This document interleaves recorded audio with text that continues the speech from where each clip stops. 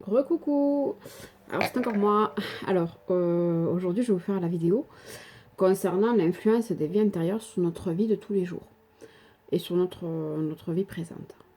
Que ce soit dans notre relation flamme jumelle pour les gens qui sont en parcours ou dans nos vies de tous les jours, puisque ceci n'est pas que limité au parcours de flamme jumelle. Alors, la première chose qu'il faut savoir, c'est qu'une vie intérieure, quand elle monte, quand elle se présente à vous, c'est que c'est le moment pour vous de la traiter et de la comprendre. Une vie intérieure n'arrivera jamais à vous si vous n'êtes pas prêt à la comprendre et à la libérer.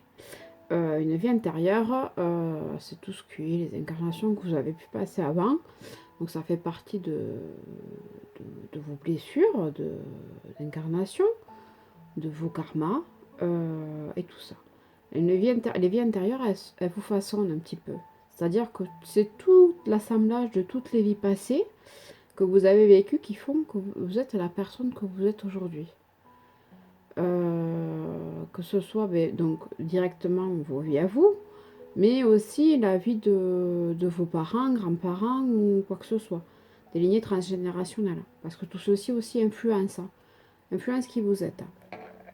Je vais vous prendre l'exemple d'une vie intérieure que moi j'ai vécu. J'ai mis beaucoup de temps à la comprendre. C'est une vie qui m'a beaucoup chahuté. Parce que elle fait partie de mes premières vies. Et elle a énormément influencé ma vie d'aujourd'hui, en fait. Donc voilà. Donc en fait, j'ai eu une vie à Pompéi pendant l'éruption du Vésuve. J'étais une dame, j'avais 5 enfants. Et pendant des années, donc je suis morte sous la lave, mes enfants aussi. Pendant des années, je me suis tenue responsable de la mort de mes enfants. Vous me direz pourquoi? Et parce que pour moi, le fait que je n'ai pas réussi à protéger les personnes que j'aime, ou qui sont mes enfants, dans cette vie-là, ont fait que pour moi j'étais une mauvaise personne et une mauvaise mère. J'ai pris conscience de... J'ai réussi à débloquer cette vie-là, parce qu'elle s'est présentée à moi, j'avais 14 ans. Une dizaine d'années après, quand je repassais en boucle le scénario, je comprenais pas ce que j'avais à comprendre de cette vie-là. C'est-à-dire qu'il faut savoir que moi, quand elle monte, je revis les sensations physiques. Donc, des fois, c'est pas très cool. Et donc, en fait, un jour, j'en parlais avec une copine autour d'un café en lui disant: je comprends pas pourquoi je n'arrive pas à libérer cette vie-là. Qu'est-ce que j'ai à comprendre? Et en fait, dans cette vie-là, donc on fuyait la lave, je disais à mes enfants de courir, de ne pas m'attendre, d'avancer. Et moi, en fait, j'ai ralenti pour aider une personne, une dame, pour l'aider à s'enfuir, en fait. Sauf qu'en fait, du fait que j'ai ralenti, mes enfants, quand ils ont vu que j'ai ralenti, ils ont ralenti aussi. Et donc la lave nous a rattrapés et on a tous cramé. Voilà. Donc en fait, cette vie-là, comme m'a expliqué ma copine, déjà, elle m'a expliqué que je ne pouvais pas les sauver. Que ça ne faisait pas de moi une mauvaise mère, hein, parce que je ne pouvais pas sauver mes enfants parce que j'étais morte avant eux. Et en même temps, parce que c'était comme ça. Et en même temps, ça ne voulait pas dire que j'étais une mauvaise personne, hein. Parce que si j'ai ralenti, c'était pour aider quelqu'un.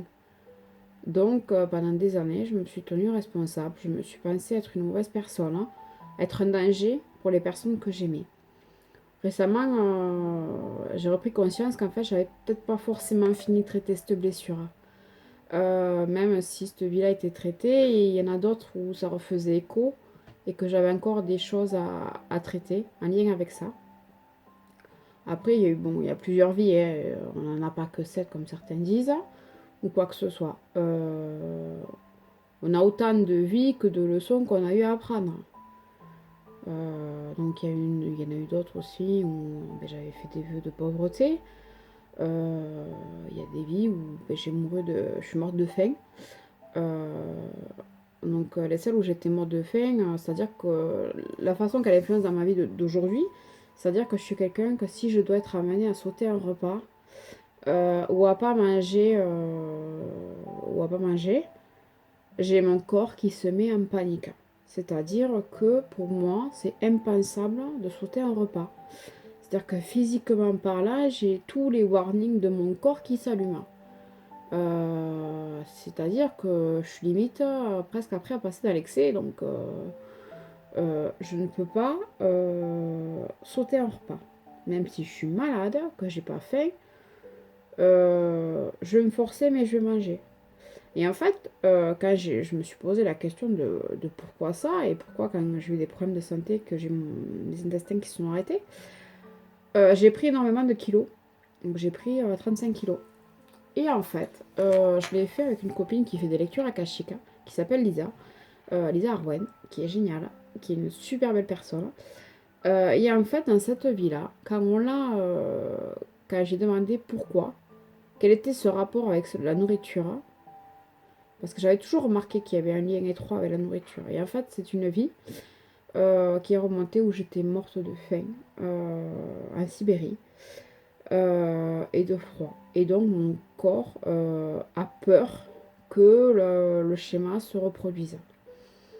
Comme vous le savez, je fais des guidances personnalisées. Je traite aussi tout ce qui est en rapport avec les vies intérieures pour arriver à débloquer certaines schématiques qu'on a dans nos vies présentes, mais qui peuvent venir de vies passées. Et donc, il faut savoir que des fois, quand il y a des choses qui coincent dans nos vies, ou qu'on n'arrive pas à les comprendre, le problème initial n'est pas forcément dans cette vie-ci.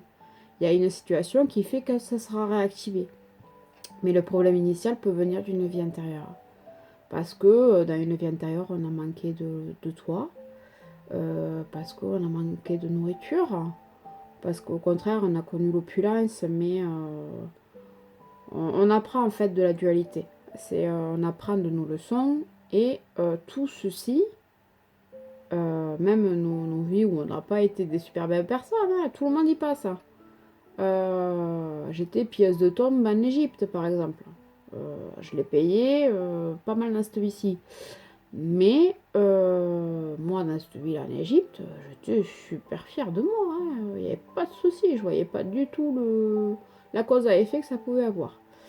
Mais voilà, tout, que ce soit bon ou que ce soit mauvais, tout influence nos vies présentes. Notre façon de réagir, notre façon d'être. Une vie intérieure, on ne la traite pas par curiosité. Une vie intérieure, c'est, comme je vous ai dit au début de la vidéo, elle se présente à vous quand vous êtes prêt, quand c'est le moment de la traiter. Et en même temps, ça aide à votre évolution. C'est-à-dire que en débloquant un traumatisme d'une vie antérieure ou en libérant une vie antérieure, vous libérez également les générations futures, vos générations futures. Parce que comme je vous ai dit, vous êtes influencé par vos vies à vous, mais vous êtes aussi influencé par la vie de vos familles. Parce que tout ce qu'ils ont vécu, inconsciemment ou consciemment, ils ont fait des croyances et des schématiques qui vous ont transmis par votre éducation, par la façon d'agir vis-à-vis de vous ou quoi que ce soit. Donc en libérant vous-même vos blessures et vos vies antérieures, vous libérez vos générations futures. Donc voilà, donc je voulais faire cette petite vidéo parce que pour moi c'était important que vous arrivez à faire le distinguo entre la relation entre la vie antérieure et la vie présente. Parce que vos vies antérieures font qui vous êtes. Il n'y a pas de bonne ou mauvaise vie. Tout votre apprentissage d'âme fait partie de tout cela. Tout est juste. Avec votre jumeau, c'est pareil. Pour les personnes qui sont en parcours de flamme jumelle. Donc voilà. Donc je vous souhaite une bonne journée. Je vous dis à bientôt. Bye bye.